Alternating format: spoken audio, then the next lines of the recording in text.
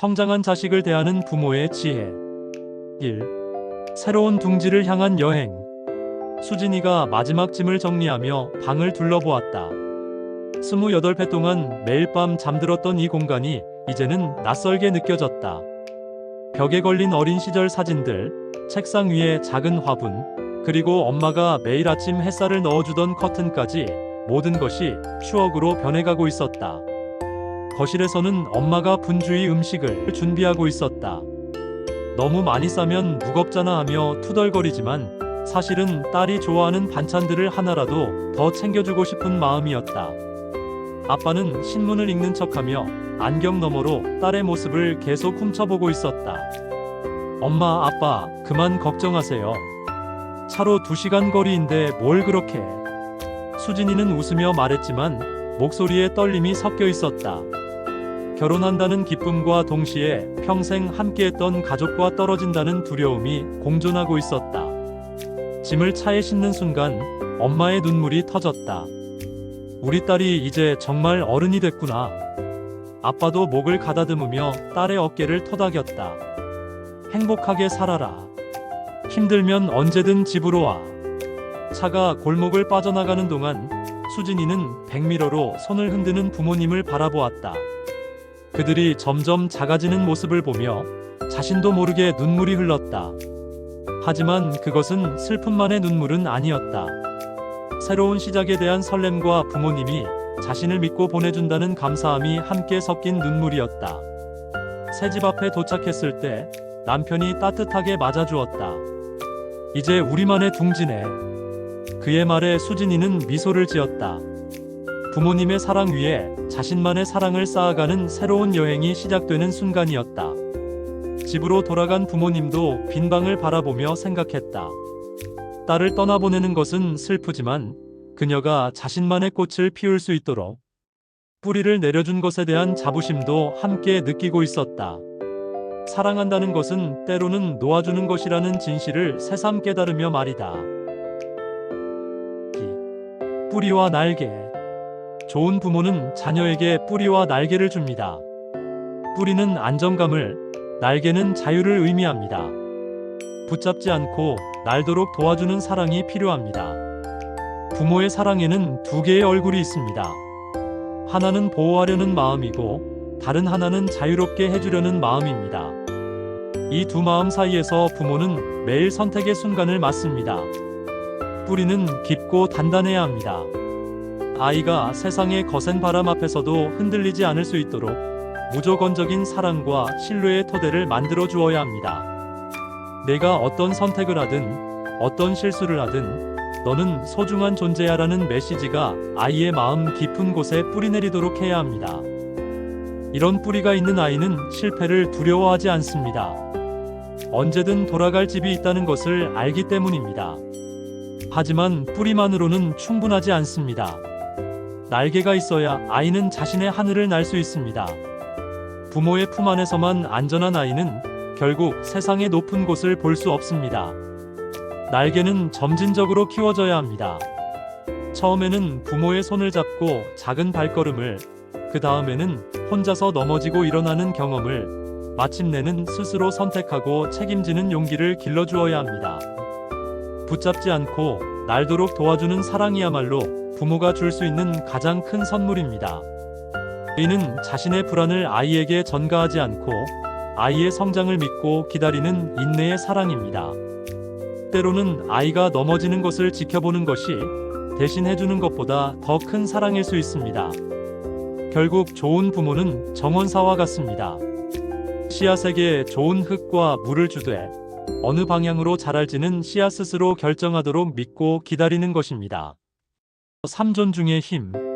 성인이 된 자녀를 존중하는 것은 그가 독립된 인간임을 인정하는 가장 큰 사랑입니다.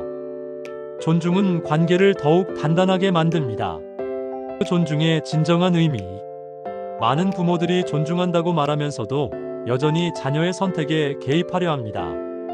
진정한 존중은 자녀가 내린 결정이 부모의 기대와 다르더라도 그 선택을 온전히 인정하는 것입니다.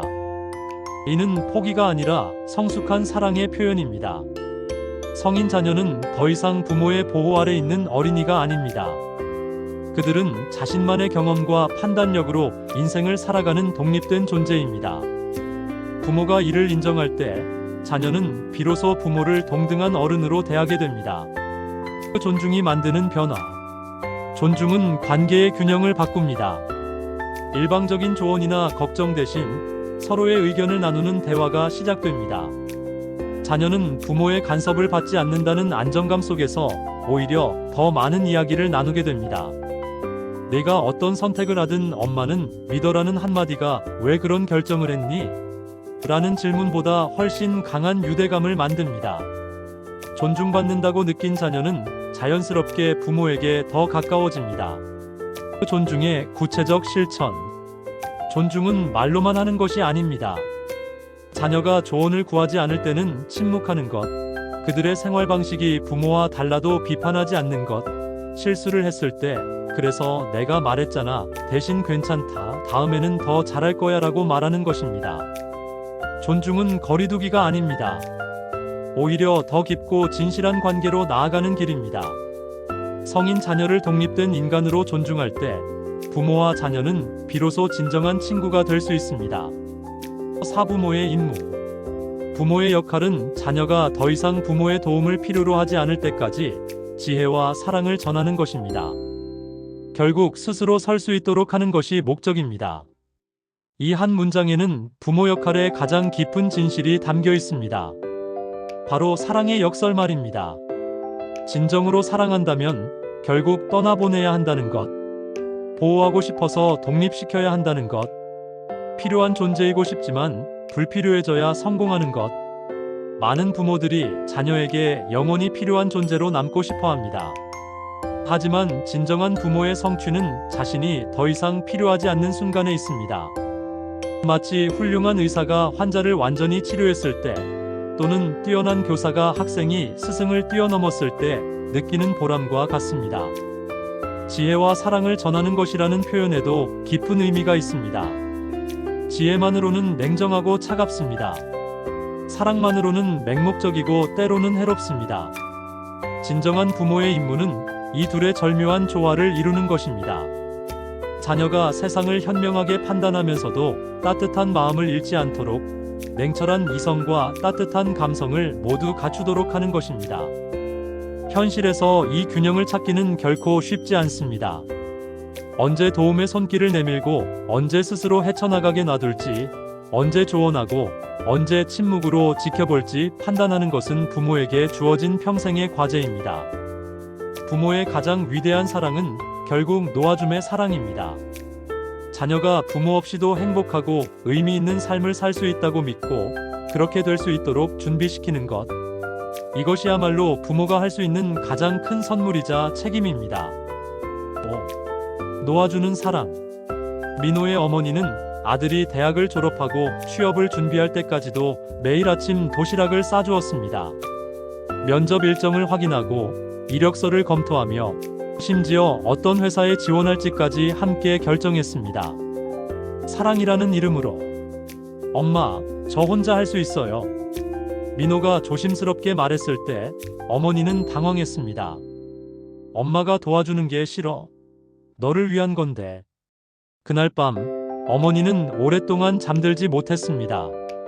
언제부터인가 아들의 인생을 대신 살고 있었던 것은 아닐까? 사랑한다는 이유로 아들의 날개를 묶어두고 있었던 건 아닐까? 다음 날 아침 어머니는 도시락 대신 간단한 메모를 남겼습니다. 민호야, 오늘부터는 내가 정한 길을 걸어가렴. 엄마는 네가 어떤 선택을 하든 믿고 응원할게. 넘어져도 괜찮아. 그게 너만의 경험이 될 테니까. 몇 달 후 민호는 자신이 원하던 작은 스타트업에 취직했습니다. 월급은 적었지만 눈빛이 달랐습니다. 저녁에 집에 돌아와 어머니와 나누는 대화도 달라졌습니다. 이제 그들은 서로의 하루를 진심으로 궁금해하는 친구처럼 이야기를 나누었습니다. 엄마, 고마워요. 저를 믿어주셔서. 어머니는 미소 지었습니다. 아들을 놓아주었을 때 오히려 더 가까워졌다. 이것이 진정한 사랑이었다. 붙드는 것이 아니라 믿고 기다리는 것, 그리고 언제든 돌아올 수 있는 든든한 버팀목이 되어주는 것. 사랑은 때로 손을 뻗는 것이 아니라 손을 놓는 용기에서 시작됩니다. 이것이 성인이 된 자식을 대하는 부모의 지혜인 것입니다. 구독과 좋아요 누르시고 복 많이 받으세요.